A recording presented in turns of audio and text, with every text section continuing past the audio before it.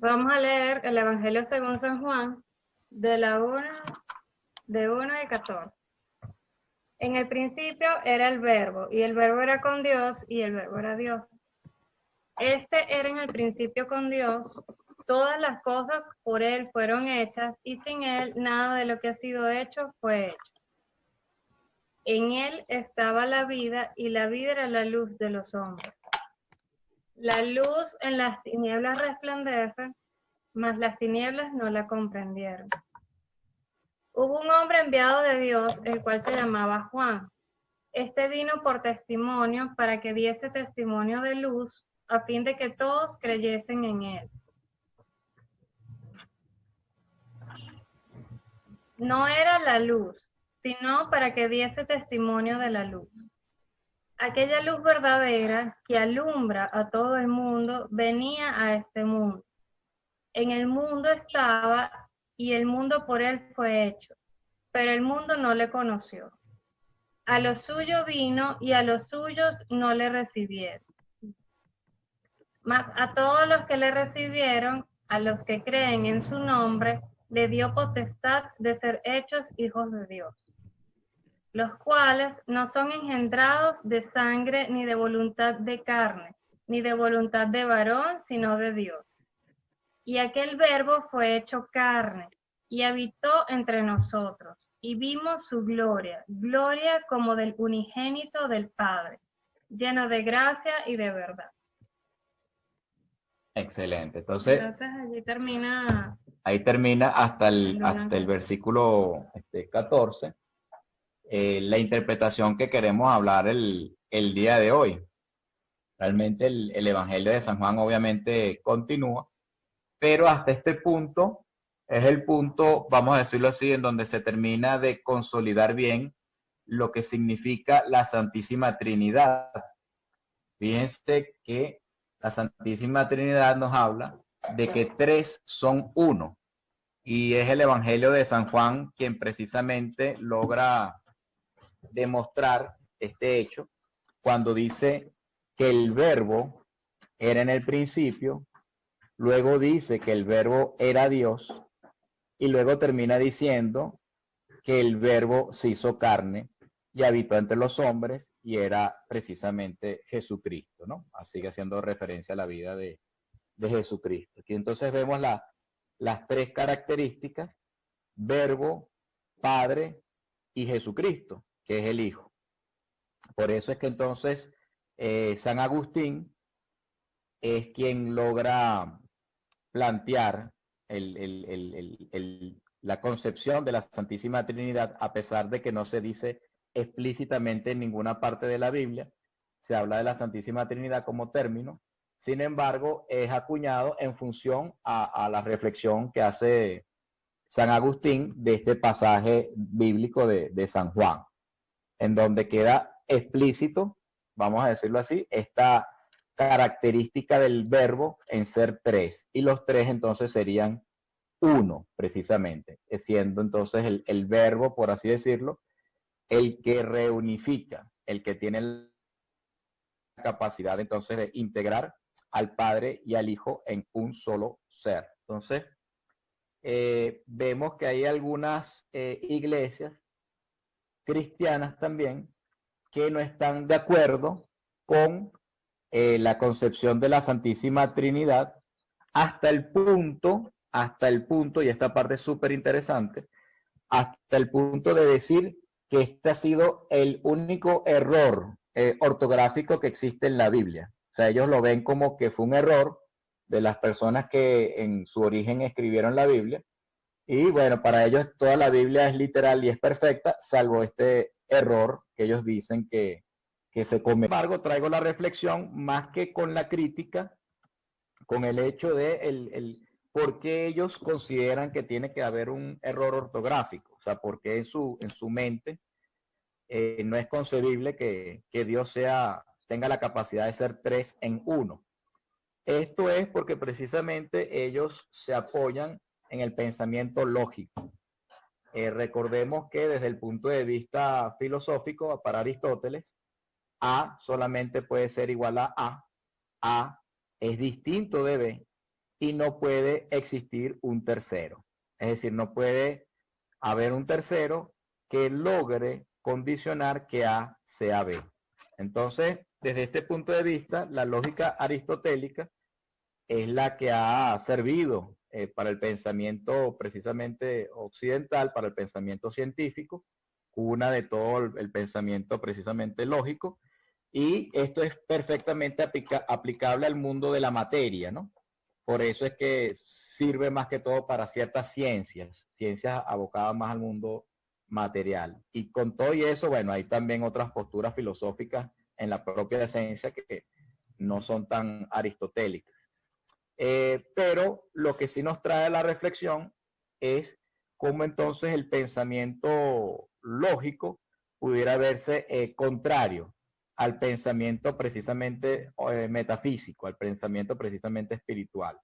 La primera reflexión que pudiéramos hacer es que no necesariamente el espíritu tiene que responder a las leyes físicas. Esa sería la primera condición o la primera advertencia. Luego pudiéramos decir que por qué Dios tiene que responder a la lógica aristotélica, que ya de por sí cabe el comentario que hemos hecho en otras oportunidades. Aristóteles fue el primer ateo público, por así decirlo, en la historia, con registro público, en la historia de la humanidad. Entonces sería como una especie de ironía que las personas, los feligreses, los fieles que creen en el cristianismo, tengan que responder a una lógica planteada por un ateo, ¿no? Interesante esta apreciación. Sin embargo, para ser un poco más condescendiente, este problema también lo tuvieron los propios judíos en la época del cristianismo primitivo. ¿Hasta qué punto realmente el hombre puede llegar a ser uno con Dios? Y esto es un punto de vista ahora sí ya un poco más profundo, pasando a la página de la lógica aristotélica, porque los primeros judíos, o los judíos, vamos a decirlo así, dentro del contexto del cristianismo primitivo, se hacían la pregunta: si el hombre, Jesús, fuese Dios, ¿por qué entonces no es inmortal? ¿O por qué no tiene, por decir algo, superpoderes? ¿O por qué no puede hacer cosas eh, aún más fenomenológicas que las que ya de por sí hacía Jesús, ¿no? Hasta el punto incluso de decir que eran cosas hechas por el diablo, que Jesús realmente era un falso profeta y que hacía sus milagros en nombre del diablo, ¿no? Entonces, esto es porque en su cabeza, en su concepción, no cabía la idea de que Dios pudiese hacerse materia y que la materia pudiese hacerse también espíritu. Esto es una primera gran contradicción que vemos en el seno de la concepción religiosa. Recordemos que obviamente para los iniciados esto no es una limitante, sino para el punto de vista exotérico, con X, en donde Dios está divorciado, por así decirlo, de todo lo que acontece en la tierra y viceversa. Y el hombre también está excluido de toda posibilidad de deidificación o de divinidad.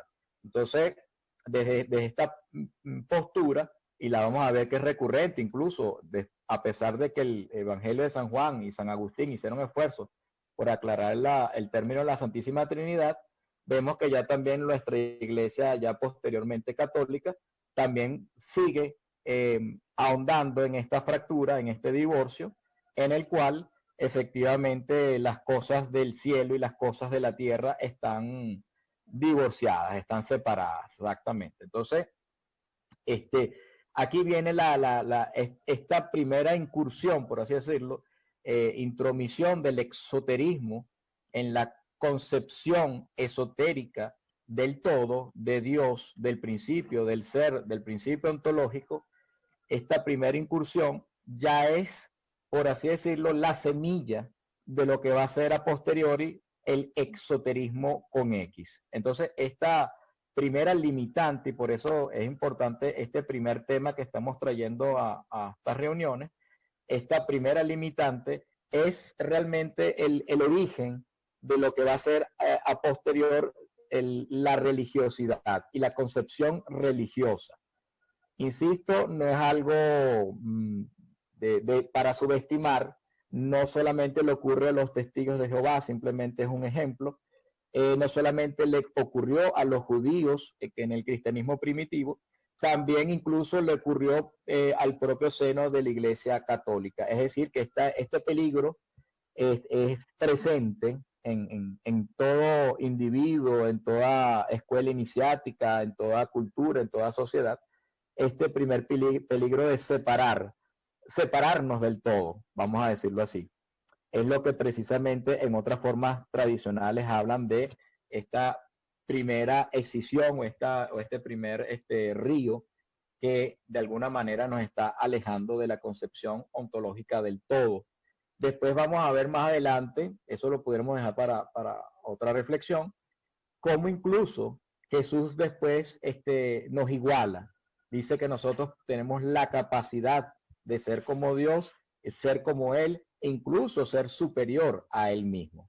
Pasajes también súper interesantes, dignos de seguir reflexionando. Es decir, que esta Santísima Trinidad también ocurre dentro de nosotros, no solamente en Jesús como hombre, sino también en todo hombre teniendo esta posibilidad. De allí que habíamos hablado del famoso Padre Nuestro, cuando Jesús establece la oración de cómo debemos orarle a Dios, Él no dice Padre mío, sino que habla del Padre Nuestro. Entonces, dejo esto como primera reflexión para entonces también escuchar el punto de vista de los distintos hermanos.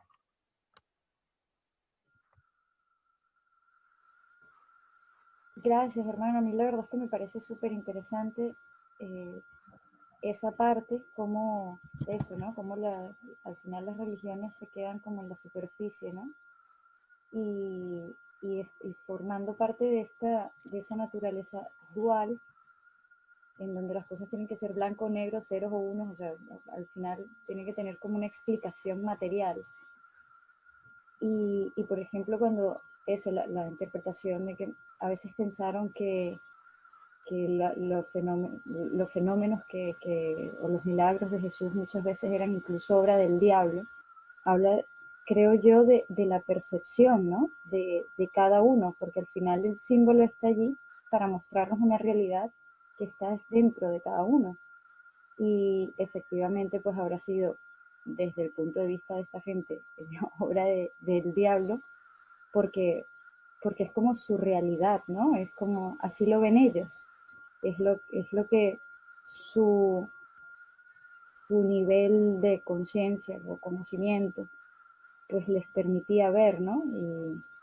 Y lo importante que es como saber llevar estas situaciones, como el mismo Jesús mostró, que les hizo ver precisamente eso, la incongruencia o la inconsistencia de esas afirmaciones. Y ahí que sea tan importante pues eso, ¿no? Entender el lenguaje simbólico, más que entenderlo, comprenderlo. Entonces, el entendimiento viene de la razón, mientras que la comprensión no necesita explicación, precisamente. Me gusta ese símbolo, y en ese sentido, pues, explicarlo, entenderlo, el misterio de la Trinidad no es posible, más comprenderlo sí que lo es, y de allí que sea un misterio, que su naturaleza sea secreta, ¿no? Por lo menos es lo que me da a mí a comprender ilimitadamente, explicar. Claro, también pienso yo que hay algo allí que me parece interesante, que a veces decimos que Dios es todo.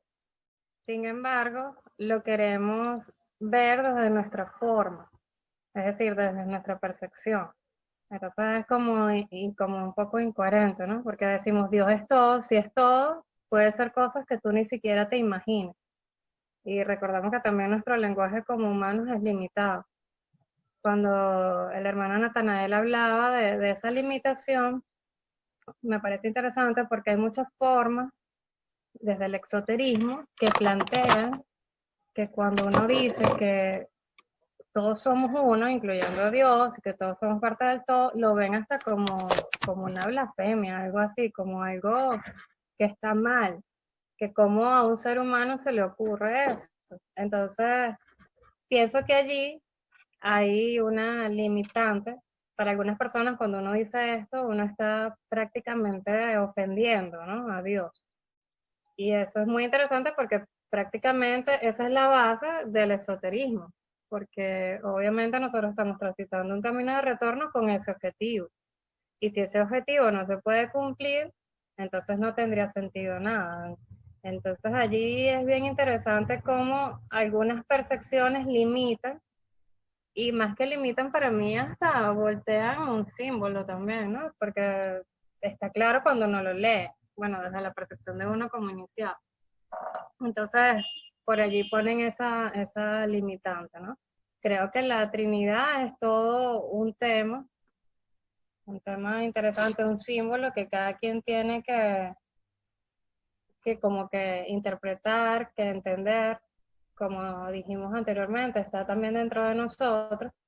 Y a mí me pareció revelador cuando estaba buscando en estos días por algo de una meditación que tuve, que estaba haciendo. Y bueno, que la Trinidad antes era representada por los primeros cristianos como tres espirales unidos. No, voy a ver si pongo la foto en el grupo. Entonces eso me llamó la atención también, ¿no? Como los espirales son un símbolo como común a todas las civilizaciones, todas las sociedades, pero que también así eran como los cristianos primitivos, de alguna manera representaban a la Trinidad. Entonces eso lo dejo por allí. Estoy investigando sobre eso porque es un símbolo importante para mí. Bueno, el verbo hecho carne. La Trinidad está allí bastante clara, pero bueno, dentro de lo que cabe. Pero hay otras versiones de esto que dice, al principio, se cambian el verbo por logos. Y este logos o sea, lo hacen para referirse a la mente, a la razón, a la sabiduría de una persona. No sé si han visto esa versión. No la había puesto. Aquí tengo una versión, y por cierto, que fue que busqué otra porque esta no me gusta mucho, que es una Biblia latinoamericana. Y aquí habla, aquí en nuestro texto usaremos solamente el término palabra, entonces como expresión. Sí, efectivamente, hermano, Adventorio, algunas Biblias colocan el término precisamente de logos. Me gusta una aclaratoria que hace el autor Guénon cuando él habla del verbo versus la palabra, aclarando que la palabra ya es la expresión, mientras que el verbo es cuando todavía está en nuestra mente. Y todavía no se ha verbalizado, valga la frase, ¿no? Todavía no se ha hecho explícita. Entonces, es la potencia de la acción. Y en ese sentido, el logos recoge mejor todavía la idea de que precisamente está en potencia, que es lo que de alguna manera algunas personas no les ha gustado más bien que se vea escrito así en la Biblia, porque lo ven como intelectual, ¿no? Lo ven más bien con un carácter intelectual mal entendido. Para nosotros es todo lo contrario. Para nosotros más bien, entre más claro quede esta potencialidad, mejor todavía, porque nos está acercando precisamente más al principio ontológico, que es el que tiene la potencialidad infinita del ser. Entonces, es el verbo, no palabra, verbo más entendido entonces como logos, como esta potencialidad. Lamentablemente el término verbo se ha utilizado como sinónimo de prácticamente de palabra, y más bien entonces se puede incomprender el símbolo. Por eso que algunas Biblias entonces colocan el logos queriendo tratar de rescatar esta potencialidad. Para mí es perfectamente válido, todo como hemos dicho en otro espacio, hermano, aprovechando incluso sus propias palabras, todo símbolo es polisémico. Obviamente el querer recoger el término de verbo, también que están pretendiendo tomar aquí hay como otra persona, Sí, llegó otra persona que se conectó a otro hermano. Están tratando precisamente de tomar esta parte del orden que también vemos en el Génesis, cuando dice, en el principio Dios ordenó que se haga la luz. Entonces esta orden también viene como verbo, pero también viene como mandato.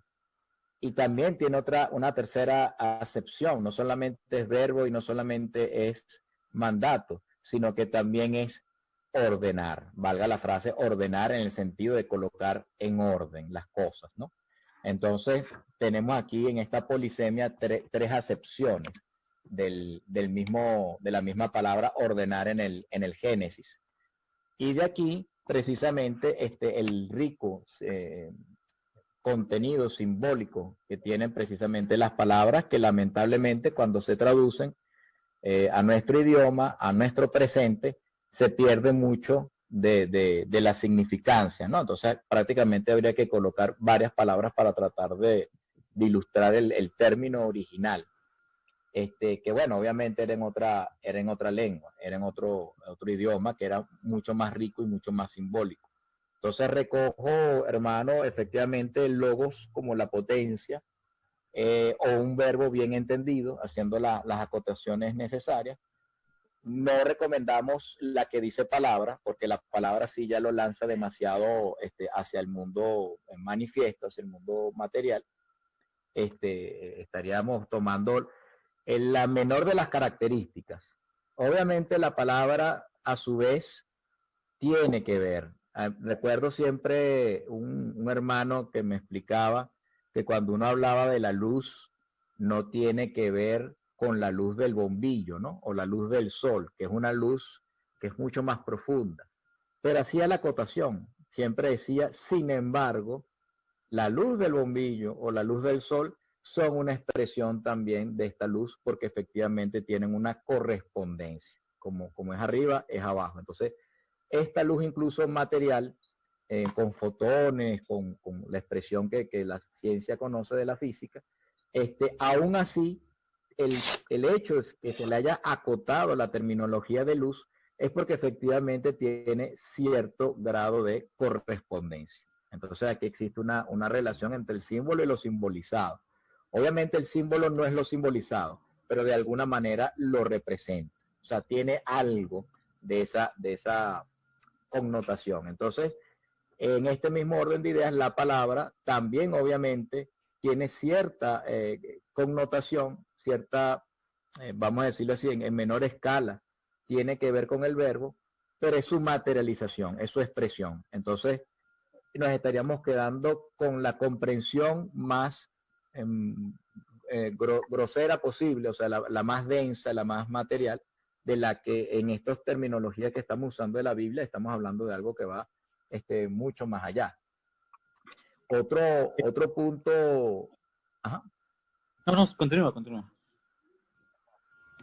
Otro punto que para mí también es muy hermoso de aquí del Evangelio de San Juan en estas primeras partes, es que algunas Biblias dicen que en la luz, en las tinieblas resplandece, mas las tinieblas no la comprendieron.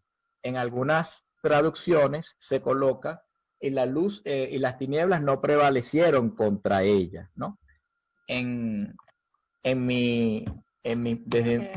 Sí, y la luz, exacto, no la impidieron. O sea, existe de varias opciones, ¿no? No la impidieron, no prevalecieron contra ella o no la comprendieron.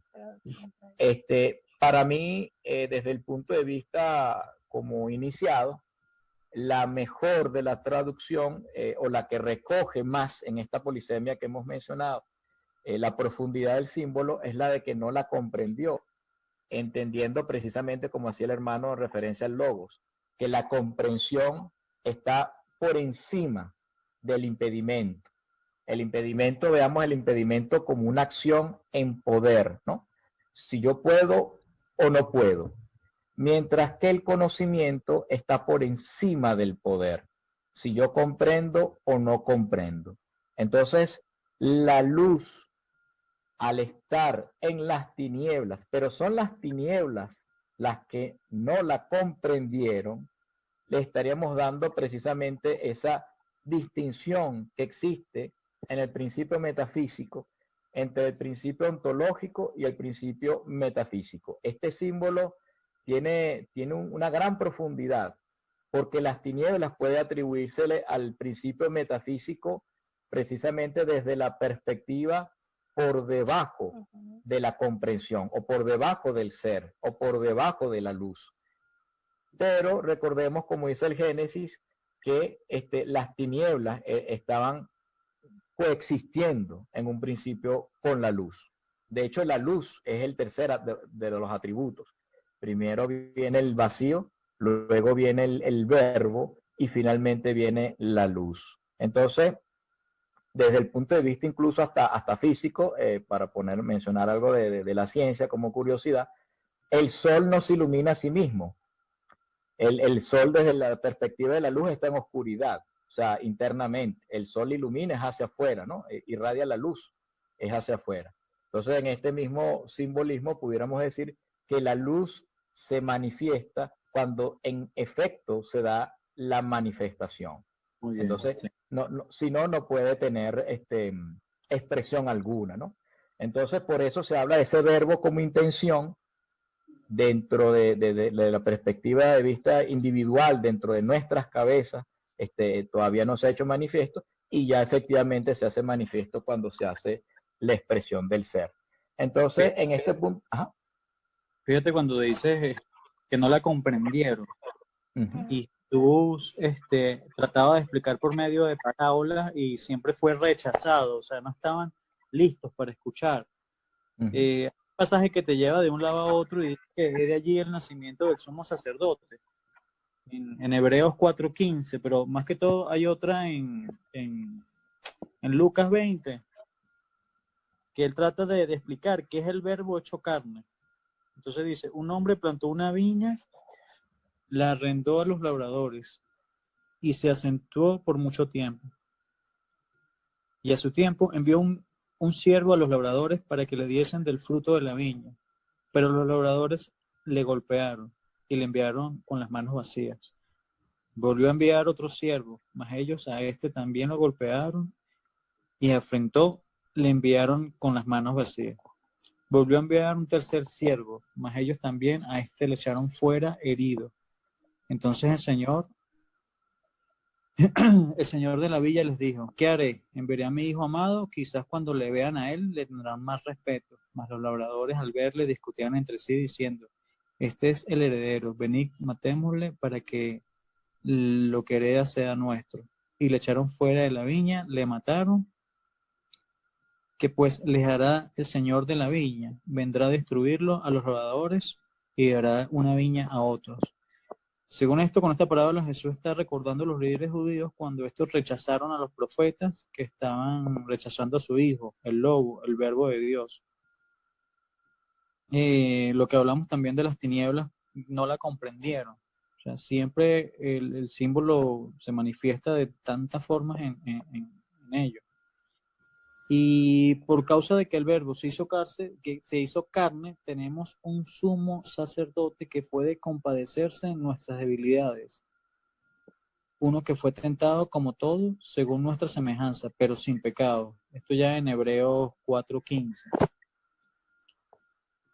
Si bien pues saltamos directamente con el tema de la luz, todavía al verbo hecho carne, pues hay tantas formas de llegarle por tantas otras referencias bíblicas. Gracias, hermano, de verdad que muy hermoso el pasaje. Y efectivamente se ve la acción, por así decirlo, de las tinieblas, ¿no? Por eso me gusta cuando San Juan dice que a pesar de ello, la luz resplandece en las tinieblas. Es decir, a pesar de las propias tinieblas, la luz está allí en potencia. Solamente le hace falta a las tinieblas, por así decirlo, comprenderla para entender que allí siempre ha habitado la luz. Por eso es que desde cierto punto de vista, incluso en lo metodológico, cuando hablamos del punto de vista de lo iniciático, no ver la luz como algo que hay que agregar a nuestras vidas. No, realmente la luz está allí. Y ese es el verdadero sentido del esoterismo. Eso está allá dentro. El punto es que yo no lo he comprendido. Es decir, mis tinieblas son los que han hecho que yo no haya podido conseguir mi propia luz, que al final del día es la luz una, es el ser uno, es el ser todo, que está presente en toda su creación y en toda su manifestación. Entonces, aquí también vemos fíjense, hermanos, hermanos, de manera general, cómo el rico simbolismo nos habla hasta del método, de cómo el método está allí intrínseco cuando entendemos la naturaleza del ser. Parecen pocas palabras, ¿no? Pero realmente en estos primeros versículos de San Juan dice muchísimo. Y como bien lo dice el hermano Adventorio, y a medida que vamos adentrándonos en el resto de los acontecimientos bíblicos en la Biblia, vamos a ver incluso cómo esto se va tomando forma y se va desglosando en características que incluso no son más naturales, no son más cotidianas, más ordinarias, vamos a decirlo así, en nuestro día a día, y que podemos empezar a practicar. Por un lado, efectivamente, el concepto de la Santísima Trinidad no está explícito en la Biblia. Es un término acuñado ya por la Iglesia Católica posteriormente, en función de las reflexiones que hizo San Agustín, precisamente sobre el Evangelio de San Juan, del versículo 1 hasta el 14, ¿no? El capítulo 1. Por un lado, ¿no? Por otra parte, bueno, ya desde la perspectiva de la vista de nosotros como iniciados, ¿hasta dónde llega la Santísima Trinidad? Porque a pesar de que ya en la iglesia, en nuestra iglesia católica, se acuña el concepto de la Santísima Trinidad, si lo podemos ver desde un punto de vista religioso, la Santísima Trinidad se estaría circunscrita simplemente a Dios, o sea, al Padre, al Hijo y al Espíritu Santo. Allí no está involucrado el hombre no está allí como pieza de la Santísima Trinidad, ¿no? Simplemente estaría excluido. Pero desde otro punto de vista, desde el punto de vista esotérico, entonces, con ese, podemos entender que el Hijo se extiende hacia nosotros. Es decir, que nosotros también somos parte de ese Hijo, somos parte de ese Cristo que representa a la humanidad, justamente cuando Él paga el karma de la humanidad en el Getsemaní. Se simboliza este hecho de cómo Jesús llegó a ser uno con toda la humanidad, incluso remontándose a la humanidad pasada, presente y futura. Es decir, es la humanidad como un concepto ontológico en sí mismo. Entonces, desde esta perspectiva, nosotros seríamos también uno con Cristo, y es lo que significa ser precisamente cristiano, significa ser otro Cristo. Y en ese sentido, y lo vamos a ver también con más detalle a lo largo del Nuevo Testamento, nosotros tenemos esa posibilidad de hacernos uno con Dios a través del Cristo, a través de este simbolismo. En el rito de San Andrés, ya más explícitamente, en el rito de San Andrés nos hablan de nuestro segundo nombre, nuestro nombre precisamente del bautismo. Y este nombre es un nombre que es más próximo, que es más cercano a Jesús, a Dios. Es el nombre de un santo o de alguna advocación de la Virgen. o de alguna santa, algún ser que tuvo la capacidad precisamente de establecer esta conexión. Pero incluso a medida que se sigue avanzando en la comprensión de Cristo a lo largo de los distintos sacramentos, recordemos que cada sacramento evoca un nombre de Jesús. En el primer sacramento del bautismo se hace referencia a Jesús como el Cordero de Dios. Después, en el segundo sacramento se hace referencia a Jesús como el Redentor. En el tercer sacramento como el Hijo de Dios en la confirmación. Luego en el matrimonio como el Alfa y el Omega. En la ordenación sacerdotal como el Cristo. En la unción de los enfermos como el cuerpo glorioso. Y finalmente en la Eucaristía como Emmanuel, que representa precisamente Dios entre los hombres. Entonces,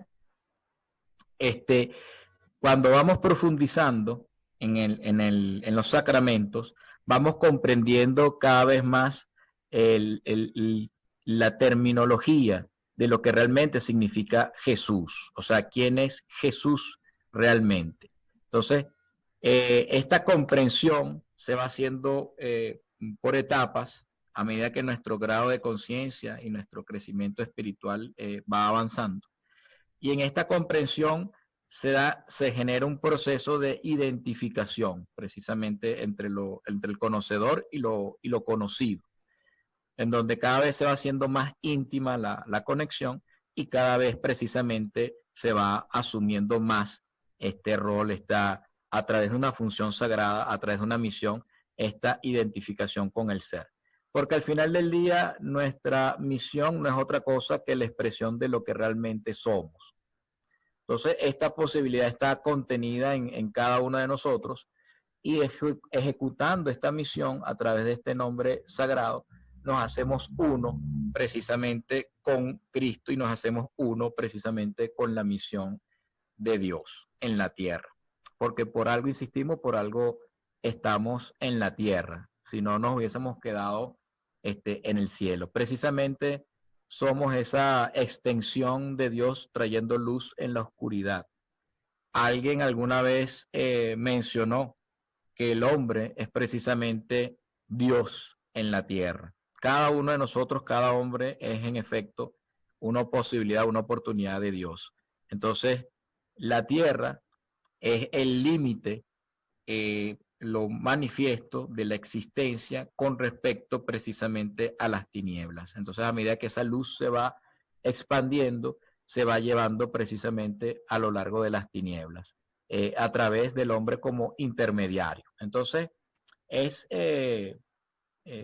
interesante cómo entonces desde este punto de vista el hombre está cumpliendo un rol dentro de la creación. No somos un accidente, no somos algo que fue abandonado, como pudiera verse desde algún punto de vista exotérico con X. No somos algo que está mal hecho, exacto, que fue un error incluso, prácticamente un error de Dios, sino que más bien estamos cumpliendo una función, un atributo, una posibilidad de Dios mismo cuando se manifiesta. Incluso pudiéramos decirlo un poco más severo, pudiéramos decir que Dios cuando se expresa manifiestamente en el mundo, toma el cuerpo de un hombre. Y así es como precisamente cada uno de nosotros debe cumplir este rol. Pero lamentablemente, estando inmersos en las tinieblas, y era el pasaje precisamente de San Juan, si no tenemos la capacidad de poder levantar ese velo y comprender la luz que nos ha dado vida, por eso que también se dice que era la vida y la vida era la luz de los hombres. En el mismo Evangelio de San Juan, fíjense que el Evangelio de San Juan, cada frase, cada oración tiene un profundo contenido. ¿Qué significa que tengamos vida? ¿Qué significa que tengamos la luz? ¿Qué es la vida en sí misma?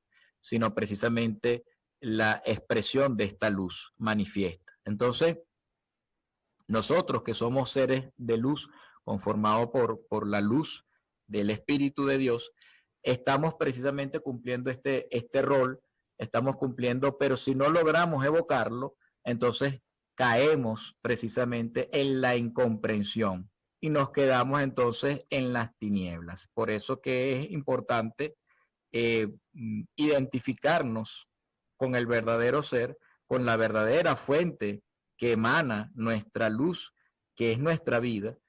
Por eso también hay autores que han explicado que la mejor expresión del espíritu es la vida como símbolo en sí mismo, y es precisamente así como podemos de alguna manera comprender las tinieblas. Y ya las tinieblas desde este punto de vista ya no serían tinieblas, ya desde este punto de vista sería luz, porque precisamente quien no comprende es la tiniebla, o sea, serían las tinieblas. Entonces ya no habría más tinieblas, sino que lo único que habría es luz. Luz y una función sagrada cumpliéndose. Me gusta utilizar el símil de la maestra de guardería. Para ella, cuando ella hace su función, ella no está en caos. Ella, al contrario, está contenta. Los alumnos, los niños están contentos, los representantes están contentos y la institución está satisfecha en cuanto ella pudo dar la instrucción y el conocimiento que los niños tenían que llevarse día a día. Entonces todos están satisfechos, están plenos, si ella está precisamente haciendo bien su función. Si ella no hace bien su función, entonces ella se siente mal, los muchachos se sienten mal, los representantes se sienten mal y la institución está insatisfecha, no está alcanzando su objetivo, su razón de ser. Entonces, al final del día, los niños son los mismos niños, la institución es la misma institución, el conocimiento como tal está plasmado allí en los libros, las obligaciones, el pensum de formación, pero lo que cambia es la perspectiva de la maestra. Es decir, si la maestra está o no realmente ejecutando su razón de ser. Entonces, todo lo demás sigue siendo exactamente lo mismo. Y así ocurre con la luz y las tinieblas.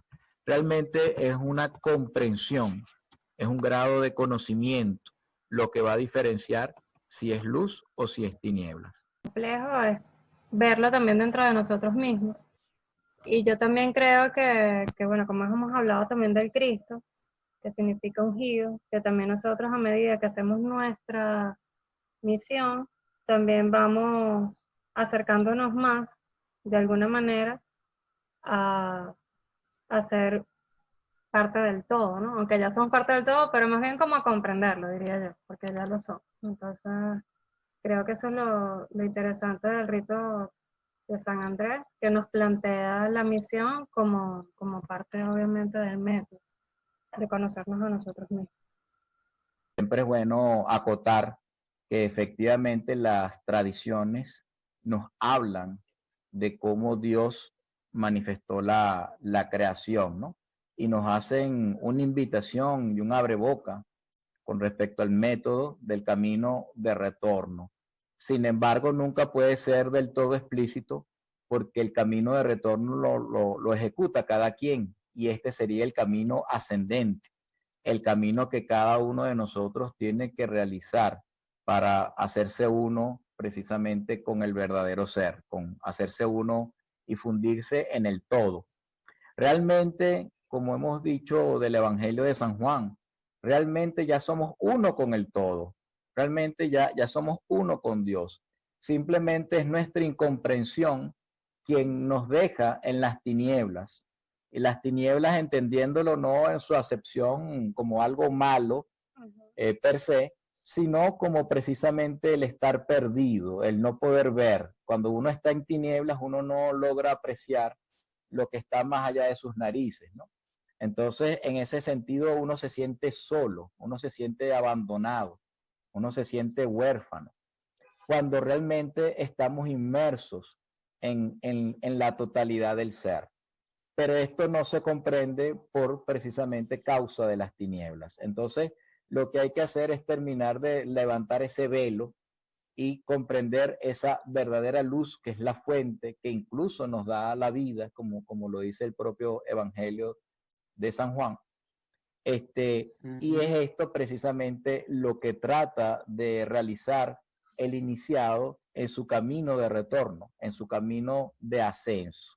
Precisamente volver a comprender que la luz en las tinieblas resplandece, pero que son las tinieblas que no lo comprenden, pero que realmente la luz está allí prevaleciendo. Ese es parte del trabajo precisamente del iniciado. Entonces, el camino de retorno, el camino de ascenso, es algo que cada uno de nosotros tiene que acontecer, o sea, tiene que generar, tiene que realizar.